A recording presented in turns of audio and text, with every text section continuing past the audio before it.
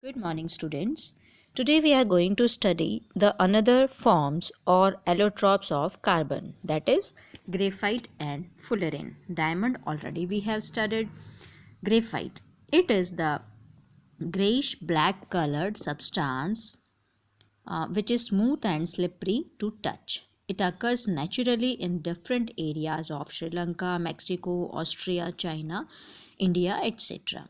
Now the topic is the structure of graphite, means how carbon atoms are arranged in graphite.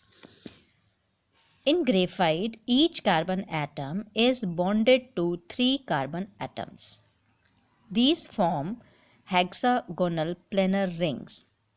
These hexagonal planes are arranged one above the other, giving rise to a hexagonal layered structure.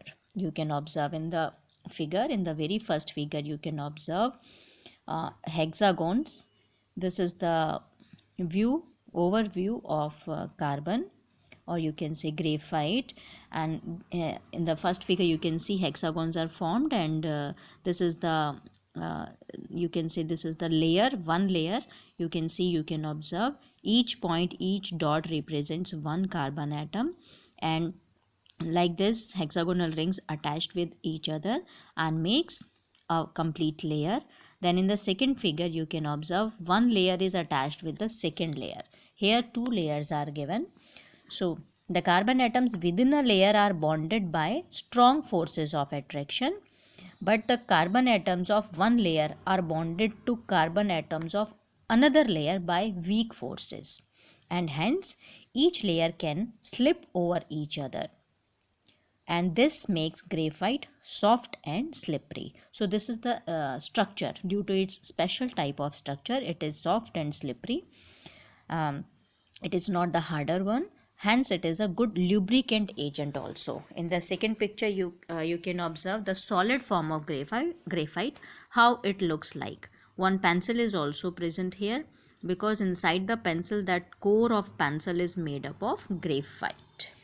So this is graphite, this is the structure of graphite. Then preparation of graphite, we can prepare graphite artificially also by heating powdered coke with little sand and ferric oxide in an electric furnace to a temperature of about 3000 degrees Celsius. Here reactions are given. You can observe in the first reaction, sand plus coke. Coke means carbon only, sand means silicon dioxide. When we will heat it up to 3000 degrees Celsius temperature, then carbon monoxide and silicon carbide will be formed. And when this silicon carbide will be heated with ferric oxide, silicon and graphite will be separated. So by this we can prepare artificially graphite. Then properties and uses of graphite. Graphite is a natural grayish black colored, opaque and crystalline allotrope of carbon. It is soft, it is slippery to touch. It is the most stable allotropic form of carbon. It is a good conductor of heat and electricity. It has high melting boiling point. It burns in air at 700 degrees Celsius to form carbon dioxide. At high temperature and pressure, and in the presence of some catalyst, graphite changes into diamond. That also we have discussed under the topic diamond. We can prepare diamond artificially with the help of graphite. It is insoluble in any solvent, means it cannot be dissolved in any of solvent. It remains unaffected by acids and alkalis, means it will not react with acids or bases. Some uses, one use very well you know about it, that is to make core of pencil leads. Okay, this portion, this anterior portion of pencil is made up of lead.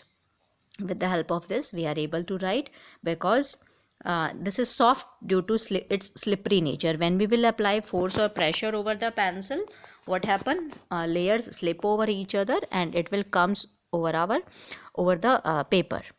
It is used as a lubricant in fast moving parts of machinery, because it has very high melting point, so and slippery also, it is slippery also. So due to these properties, we can use it as a lubricant, so that friction between the parts of a machine can be decreases. Okay, we can use it as a moderator in nuclear reactors to slow down the speed of neutrons. Nuclear reactors. Now, what is nuclear reactor? This is the picture of a nuclear reactor. It is the equipment in which we use uranium or plutonium or any other radioactive element as a fuel to produce energy. And to produce in this process, a huge amount of energy is produced, and that energy we can convert into electrical energy, mechanical energy, and etc, etc. So but this nuclear reactor, we use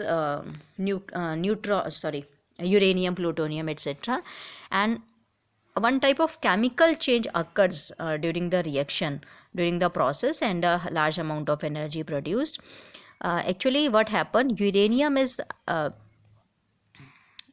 reacting with neutrons, you can say, or uranium is bombarded with neutron, and during the process new neutrons will be formed, and those neutron will react with another atoms of uranium. So a very fast reaction occur in this process. So to control it, we use graphite as a moderator. What moderator or graphite will do? It will slow down the speed of neutron, so that the speed of reaction decreases and the process can be controllable. It is also used in making crucibles for melting metals. Crucible means it is a type of bowl. You can see in the figure, this is the picture of crucible, graphite crucible. Graphite has a high melting point. So we can use graphite as a container like this, crucible it is called. We can use it to check the melting point of other metals or substances which have melting point lower than the graphite. Okay, the container in which we are taking the substance to check the melting point, that container's melting point must be higher than that, and then only we can check or identify the melting point of the substance. So we use it as a crucible also. This is the picture of crucible. It is used as electrodes in batteries and electric furnace. This is a picture of dry cell. Dry cell we are using in our house also. For wall clock, in remotes we are using it. So inside it, what is there? In the middle of it, one kind of blackish rod is there, that is made up of graphite, and it conducts electricity. So this is used as an electrode in the cell. This is dry cell. When we will break down that cell, okay, then we can also observe, you can do this activity at your home, break down a old and used dry cell and take it out, and you can observe this blackish rod in between, in the center of the cell, and this is the electrode or graphite electrode. It is made up of graphite electrode.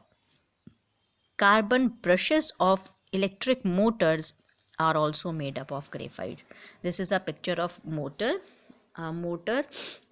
Here you can observe brush is written over here, one arrow is there. So with the help of this arrow, very easily you can identify where the brush is present. So in higher standard you will learn the working of motor, but here just learn that somewhere in the motor graphite is used, and that is called brush. So these are the uses of graphite, you can say. Okay, so that's all about graphite. And the next allotrope is fullerene. Fullerene is another crystalline form of carbon. Means it is also made up of carbon only. All the atoms are carbon only in fullerene also, but the arrangement of carbon atoms are different from graphite and diamond. It has a molecular structure that looks like a football or a dome. It is known as Buckminster Fullerene after the name of an American architect, Richard Buckminster Fuller. Actually, this was the person, Richard Buckminster Fuller, Fuller, who has introduced this term, or you can say who has introduced this concept to make dome. Okay, so this structure is known as the name of Buckminster fullerene. It is known as buckyballs because of its spherical structure.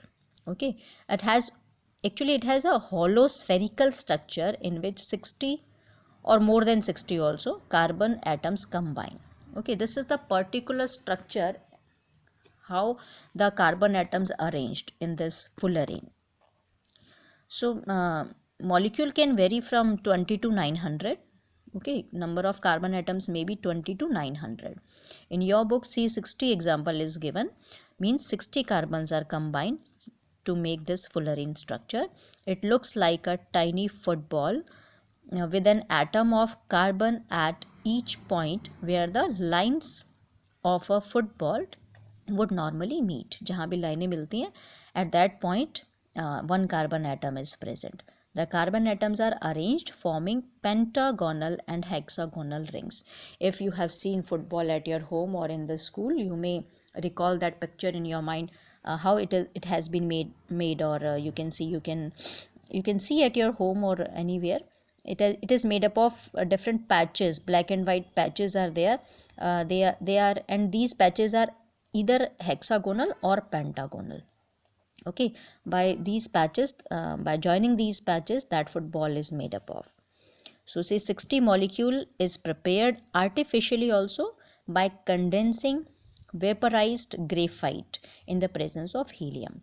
Okay, at very high temperature, when graphite will convert into vapors, and when we will collect those vapors in the presence of helium and then cool down, then we will found this kind of structures which is called fullerene. Then properties of fullerene and uses. The color of fullerene varies according to the number of carbon atoms present in its molecule. Okay, carbon atoms may be 20, maybe 20 to 900, it may vary. So color will also change with the number of carbon atoms. It occurs in nature in small quantities. It is soluble in many solvents. It is stable but not totally unreactive. Sometimes it gets reacted with some substances. It is more reactive than diamond and graphite. It is a bad conductor of electricity, but some compounds of fullerene, not pure fullerene, when we will convert fullerene into different compounds, when we will mix them, when mixed with alkali metals at high temperature, then they become superconductors. Okay, generally the pure fullerene is bad conductor of electricity, but when we mix it with alkali metals, different compounds of fullerene with alkali metals, alkali means basic metals, when we will add them in the compounds of fullerene and heat them at very high temperature, then they become superconductors. Superconductors are the substances that allow electricity to pass through them without any resistance at very low temperatures. These are called superconductors. Okay, these are the properties of fullerene, and by knowing the properties, we can use them in different ways. It is used as an insulator. In the pure form, we can use it as an insulator because it is a non-conductor. Then some compounds of fullerene are used as superconductors. Okay, and sometimes it can also be used as a catalyst to increase the speed of different reactions. So dear students, till now we have studied 3 crystalline allotropes of carbon. Okay, first one is diamond, then second graphite, then third fullerene. That's all for today. Thank you.